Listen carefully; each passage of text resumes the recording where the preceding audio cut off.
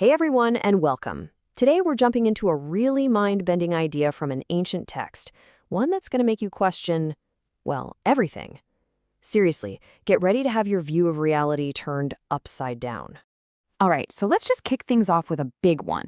The world you're in right now, the chair you're sitting on, the screen you're looking at, is any of it truly real? Like really solid? Or could it all be something else entirely? I mean, check this out. This quote comes from the sage Vasishtha in the Yoga Vasishtha. And he's not messing around when he says, the world is a void.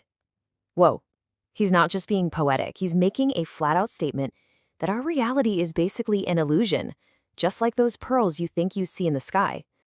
Okay, so let's really get into this. How does this even work? Well, according to this way of thinking, the universe isn't what it seems. It's not a bunch of separate solid things. Nope, it's more like a projection, an image that's just shimmering into being from one single enormous mind. Here's a cool way to think about it. Imagine a totally smooth blank pillar. Now, what if incredible, detailed images just appeared on it? Nobody carved them, they just are. The text says our mind is that pillar, and the entire world we see is just the image appearing on it. It looks real, but it has no substance of its own. Wild, right? And this is where it gets really interesting. Look at the difference here. On one hand, we have our everyday experience, right? The world feels solid, heavy, real. But this philosophy just flips that completely on its head.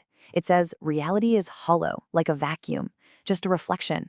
It's a total 180 from how we normally see things. So the key metaphor they keep coming back to is a mirage. You know, when you're driving on a hot day and you see what looks like water on the road ahead, it looks totally real, but there's nothing there. That's the analogy the text uses, not just for a weird optical effect, but for everything. And this quote just drives the point home.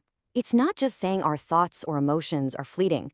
It's saying that the earth itself, the most solid, dependable thing we can think of, is no more real than that shimmering water in a desert mirage. That's a huge claim. And it's not just the mirage idea. The text gives us all these other amazing poetic images to try and help us get our heads around this. Reality is like a castle in the sky, or a city you visit in a dream, you know? It feels completely real while you're there, but in the end, it's all just a creation of your mind. So, if we boil it all down, what's the big takeaway?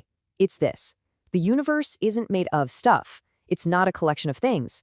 It's actually a thought, an idea happening inside some kind of massive cosmic mind.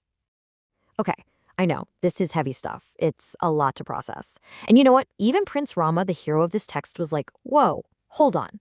He basically asked the sage, can you tell me a story to help me understand this? And that's exactly what we're going to do next. So the sage begins this pleasant tale, the legend of Queen Lila. But don't let the word tale fool you. This isn't just for fun. It's a story with a purpose, to really make this mind-bending philosophy click, to get it to sink in deep. All right, so the story kicks off in this picture-perfect kingdom. It's ruled by a guy named Prince Padma, and he is described as like the perfect ruler. Wise, prosperous, great family. Basically, he's the ideal king, the blooming lotus of his people. And the way they describe him is just awesome. To his queen, he's like the moon, gentle and calm. But to his enemies, a burning fire. To his own impulses, he's a lion. He's this perfect walking paradox, a complete, harmonious balance of everything a good ruler should be.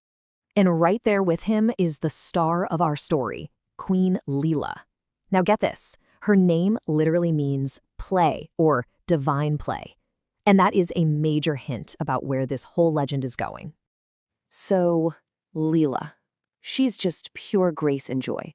She's got a gentle voice, she's always smiling, and just being around her makes people happy. They even describe her as a moving bed of lotuses. I mean, how beautiful is that? She's less a person and more like a force of nature. And then we get this one final, super important detail.